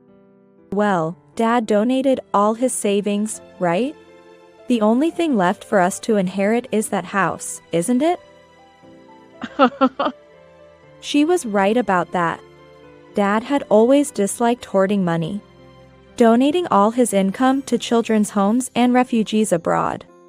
That's why I was a bit happy when he built that mansion. At last, he had spent some money on himself. But my sister, who had always been a nuisance and still led a troubled life, only saw Dad's wealth. Far from grieving his death, she was only thinking about her own benefits. That's why I made a decision. To let her experience firsthand that reality is not so sweet. That mansion, bought only a few months ago, still had many years of payments left. Dad, probably not expecting such a huge amount, had taken a regular mortgage. Unaware of this, I told my sister, I'll give you that house. When I told her about the renunciation of my inheritance, Becky clapped her hands in joy. Yes. Thank you, sis. Now the $3 million mansion is mine. Talk about an easy gain. That my sister could be so blinded by money. Anger and a tinge of sadness eroded my heart. Becky didn't even attend Dad's funeral a few days later. As if that wasn't enough to upset me, my husband's behavior was the last straw. Lying exhausted on the sofa, he happily asked me, "So, when can we move into that house?" "What?" "You know, your dad's mansion." "Becky, she wasn't too nice to your dad, right? So, the inheritance of the $3 million mansion is yours, right?" It seemed my husband was of the same breed as my sister. With my father's recent death, all he could think about was the inheritance. I coldly told him the truth. "Becky will live there. I'm not inheriting anything." "What?" "Hey, Wendy, what are you saying?" "Becky said she wanted it, so I gave it to her." "What's that, a joke, right?" "Wendy, you're kidding, right?" He grabbed my shoulders and shook me hard. When I continued to be unresponsive, he slumped his shoulders and left the house. Since that day, my husband hasn't returned home. He reads my messages but doesn't reply. I don't know what he intends, but he seems very upset that I gave the mansion to Becky. After all, since the day he found out my father was a company president, he changed. If it meant getting Dad's mansion, my father's death didn't matter to him. Just like my sister, he showed no sign of mourning. In the end, they are probably of the same kind. Cruelly, it seems that bad things tend to pile up. When my husband Alex returned home after a few days, my sister Becky was inexplicably with him. Alex glared at me and said with an arrogant expression, "I've decided to remarry your sister." "What? What are you talking about?" "Because, if I stay married to you, I can't live in that mansion." "You're joking, right? Divorce me for that house?" He slammed the divorce papers he was holding onto the table. His part was already filled out, showing his seriousness. As I stood there dumbfounded, Becky mocked me. "Sorry, sis. But I can't help it, right? Alex chose me, not you. Are you serious about this?" "Of course. That mansion and Alex, they're all mine now." "I finally beat you, sis." They hugged each other happily right before my eyes. That was the moment the devil inside me woke up. So, that's how it is. Fine, let them. After all, that house, they don't know it still has a hefty mortgage remaining. They can't possibly pay off the mortgage with their incomes. Their downfall is inevitable. Now, I am a demon of revenge. I have no intention of telling them the truth. Let them inherit it without knowing anything, and later face the harsh reality. This is something I can do because I've lived my life so earnestly. I can exact this revenge because I worked hard near my father, trying to meet his expectations. I took a deep breath and looked coldly at my husband and sister. They shuddered as I decisively said, "Okay. I'll divorce you then?" "What? You're surprisingly agreeable." "Really? Do you understand your situation, sis?" "I understand. In return, I will take over Dad's company." "No problem, right? I don't care, as long as I get that house. I don't know much about management." "The company, you can have it, sis." "Is that so?" "Good. Then, that's settled for the inheritance. I'll prepare the documents and bring them later." After that, I packed up my things and decided to leave the apartment I shared with my husband. Honestly, it wasn't particularly large or special, as we rented it based on his income. I temporarily moved to a monthly apartment, first submitting the divorce papers. I gathered all the necessary documents for the inheritance and headed back to them a week later. "Can you sign these necessary documents?" My sister signed the inheritance-related documents without hesitation. Notably, the documents about the ownership of Dad's house stated, if there is a mortgage, the new owner must repay it. Becky didn't even read that. They are currently preoccupied with the soon-to-be theirs $3 million mansion. Rational action is beyond them now. Hell awaits them for their rash actions. I suppressed my emerging laughter and left them behind. 1 month later. The call that rang on my smartphone while I was working in the president's office was none other than my ex-husband, Alex. He's finally realized. With a casual mindset, I answered the phone. Hello? Hey, Wendy. What the hell is this? What's wrong? You seem so panicked. Could it be you're struggling to pay the mortgage? So you knew everything, didn't you? You knew and still let Becky inherit that house, right? Of course. It's naive to think about inheriting the estate without grieving Dad's death. What? Don't mess with me. I have nothing to do with this. Fix it. Nothing to do with it. I felt a vein in my head burst with his words. Before I knew it, I was yelling louder than ever. Don't joke with me. You're just like Becky. Did you ever grieve when Dad died? Did you ever comfort me? All you thought about was that house. You immediately asked when we could live there, didn't you? I haven't forgotten. No, it's not like that. I didn't mean to. Then what? Am I supposed to believe a scumbag who divorces me for a $3 million mansion? And marries my sister? That's not what a normal person does. You and Becky are just vile. The worst kind of people who'll do anything for money. Calm down, Wendy. How can I be calm? I don't care if you both go to hell. Suffer for your actions for the rest of your life. But... Wendy, wait. I cut off his voice by hanging up the phone. To ensure I never interact with them again, I blocked both their numbers. Later, as expected, they couldn't pay the loan and had to let go of Dad's mansion. Although it found a buyer, the sale left them with a $500,000 deficit. This means that now, those two, or more precisely, my sister Becky, are saddled with a debt of $500,000.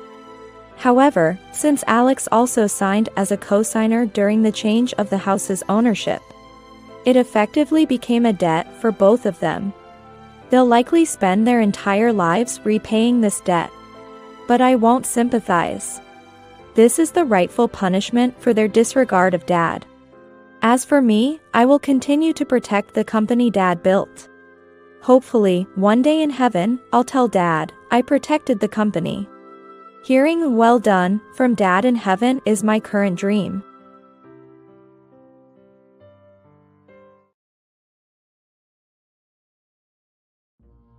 I married a man who liked me despite my frailty and timidity in romance.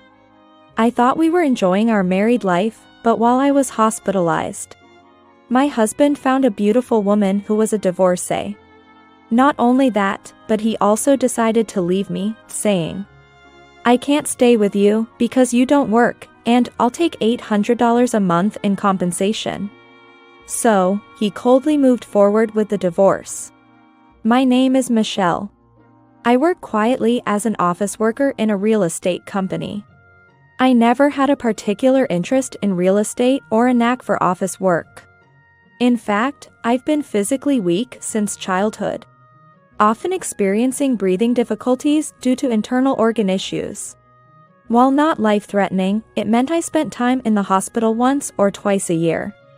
There were concerns about my ability to work as an adult, especially with recommendations to avoid strenuous activities. However, on my parents' advice, I found that I could manage office work. Despite occasional hospitalizations, I've been doing well in my current job, with understanding colleagues. I met my husband, Tony, at a social gathering similar to a group blind date, which was organized by a friend. Honestly, I was hesitant about romance because I thought my frailty would be a burden to anyone I dated. This led to a long period without a boyfriend, and before I knew it, I had passed the age of 30. My friend, considering my situation, encouraged me by saying, "You should find a man who understands you, Michelle. It's not like your condition severely affects your daily life, let's be positive." So, she invited me to join them. At the event, I felt things wouldn't work out. There were 3 men, one of whom I found nice, but he seemed interested in another woman. I knew I wasn't particularly attractive, and the other women there seemed prettier. I had resigned myself to not finding anyone there, but Tony, who later became my husband, actively approached me. He was considerate, offering me soft drinks as I didn't drink much.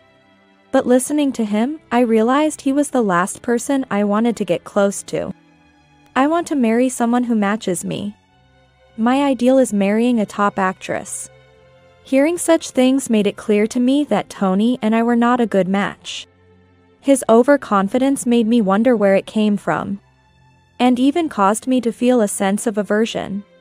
However, despite that, he continued to engage with me. He asked, "What type of guy do you like, Michelle?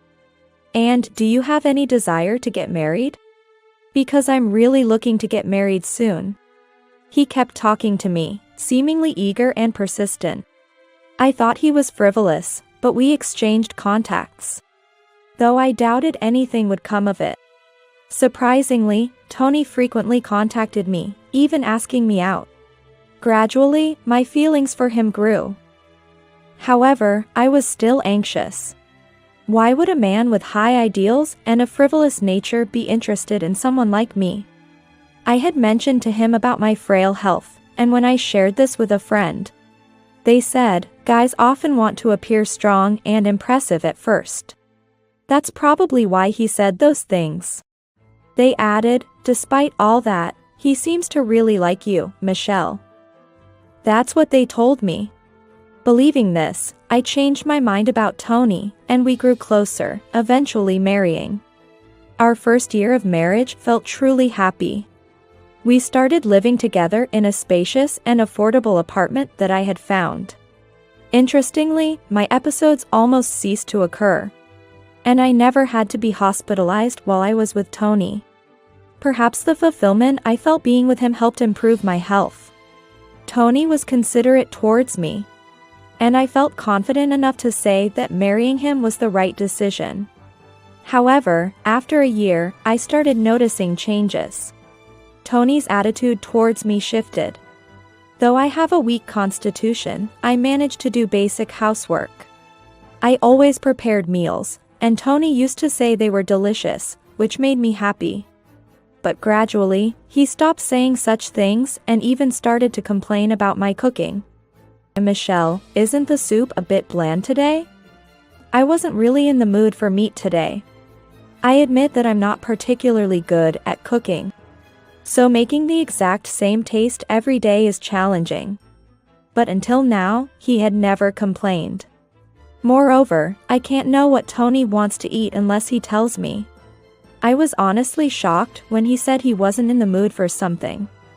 Nevertheless, I loved Tony and wanted to meet his expectations. However, his attitude towards me only worsened. When he came home from work, he used to greet me cheerfully with, "I'm home. Worked hard today." But he stopped doing that and instead said things like, I'm tired. I want to do something fun," showing no interest or enthusiasm. Our habit of going out on days off, which used to be almost a certainty, also vanished.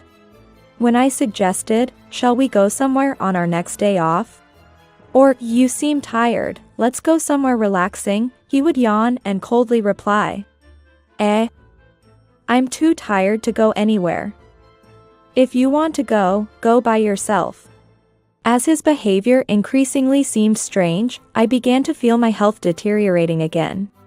It's as if my body was reflecting my growing anxiety and unease. The more anxious I became, the more it affected my health. Then, Tony started coming home late from work and on his days off.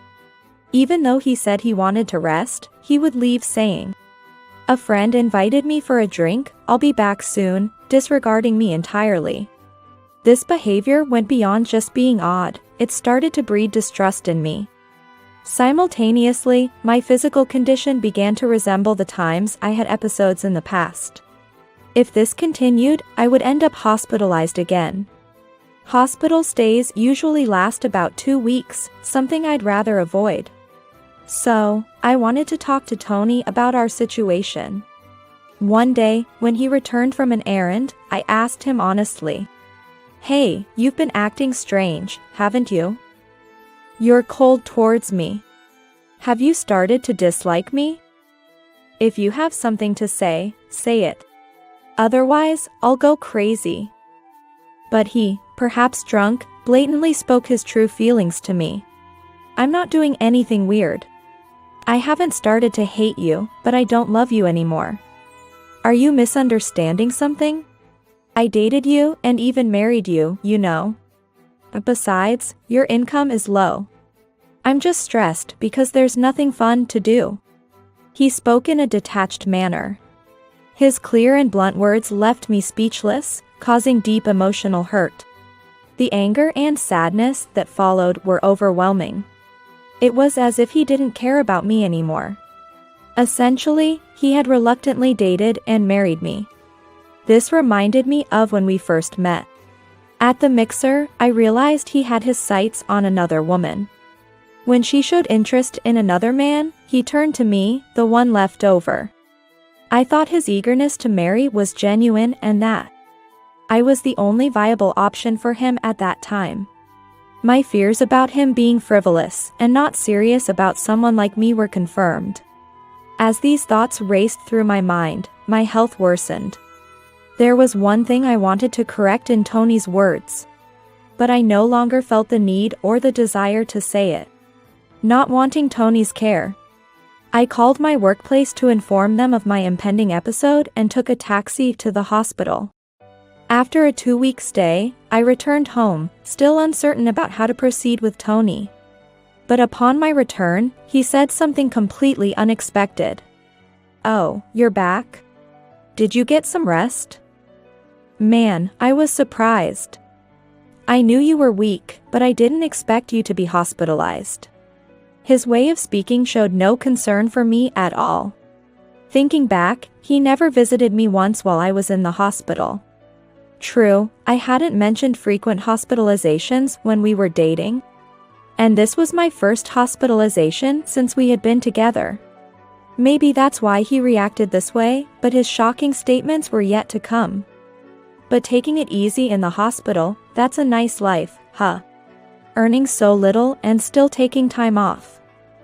Naturally, your income will decrease. I don't want to continue this boring life anymore, I'm done. A wife who doesn't work is worthless. Let's get a divorce. Tony said this without any remorse. I was dumbstruck by his sudden declaration. Then, he added, "Actually, I decided something while you were in the hospital. I've decided to marry this woman." He showed me a photo on his smartphone of a very beautiful woman. His new girlfriend. It confirmed what I always knew, he likes beautiful women. This woman is my childhood friend. I was surprised at how beautiful she's become when we met by chance recently. He grinned as he explained this to me. Moreover, regarding our separation, he said, "The reason for the divorce is your fault. I'm the victim because I have a wife who doesn't work. So, you should pay me compensation of $800 a month. It's your punishment for using me for so long." He expected me to pay despite thinking my income was low. And him, the victim? How twisted could his thinking be? I was shocked to face such a situation soon after returning from the hospital. But I quickly regained my composure and honestly thought, this means I can separate from him right away.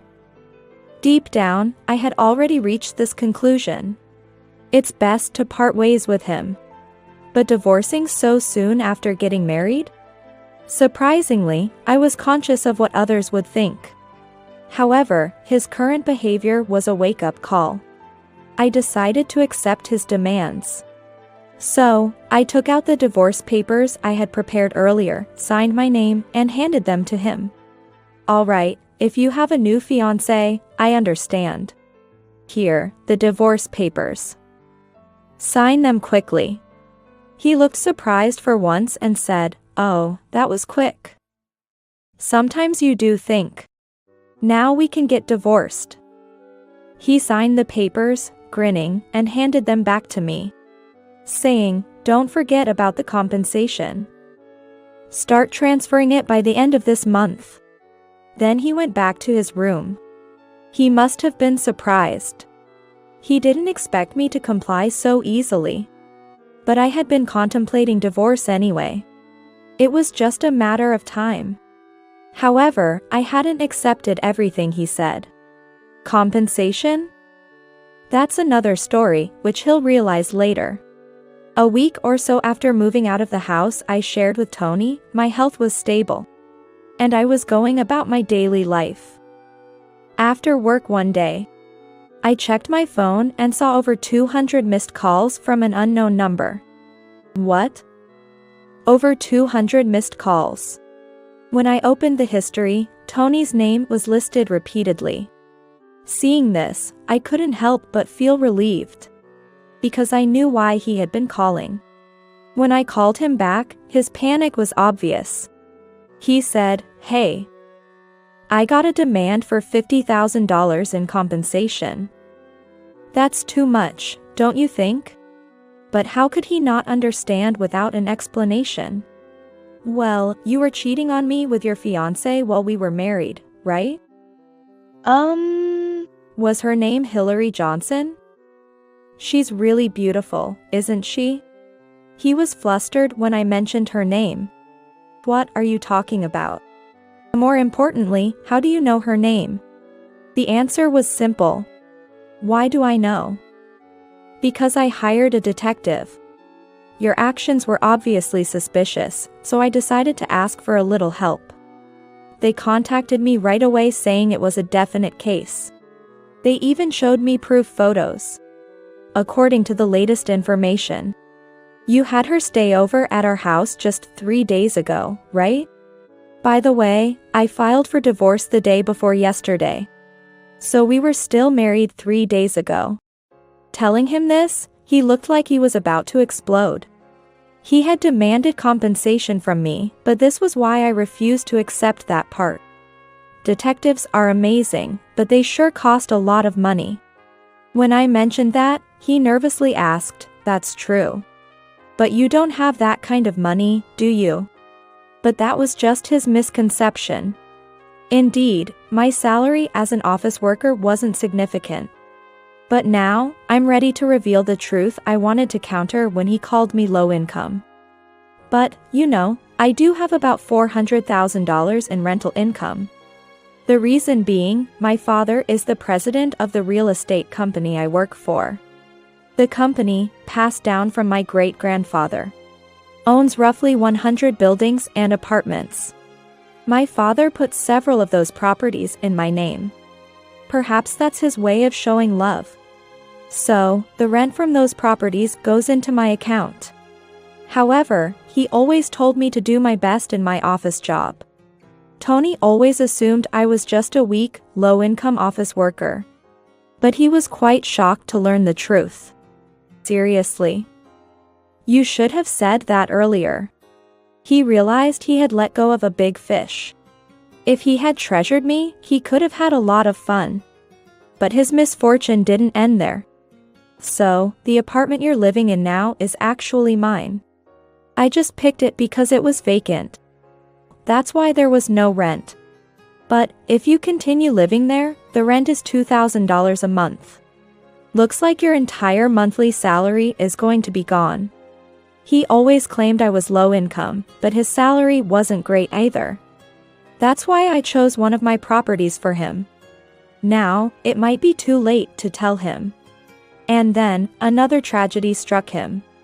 The beautiful fiancée, Hillary, apparently got to know the truth. It seemed she was being claimed for compensation as his affair partner. And naturally, the engagement was called off, and she disappeared from Tony's life. Tony, having spent his meager salary and even borrowed money to impress Hillary, ended up with nothing in the end. It's a result of his arrogance and lack of effort, thinking he could land a big catch without trying. As a result, Tony lost his wife, his home, and his new fiancée in an instant. All that remained was his considerable debt. Finally, he said to me, "Hey, let's give it another try. You're the one for me, after all." Such a desperate statement. But without it, he would have an even more boring life than before. However, as far as I'm concerned, he no longer means anything to me.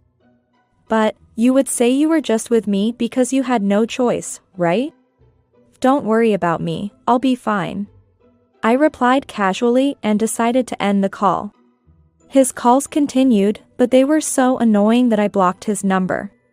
Since then, he has been evicted from the apartment and lives in a shabby place, struggling with debt.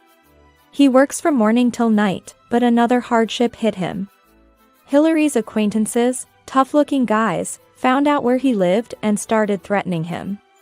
"You're going to pay the compensation she's being charged with, too." While their methods are forceful, what they say isn't unreasonable. After all, Hillary was deceived. Thus, Tony's debt only grew. Now he's so dispirited that no one wants anything to do with him. As for me, I'm in good health, free from major stress. The episodes have stopped, too. Overcoming this huge obstacle has perhaps made me mentally stronger. My office work no longer suffers, and my parents are happy. Now, I focus on not stressing myself and being honest with my feelings. When asked about my next relationship, I think I'll stay away from it for a while. Work has become enjoyable, and I find it fulfilling. Before thinking about romance, I plan to travel. Something I couldn't do before due to my health concerns.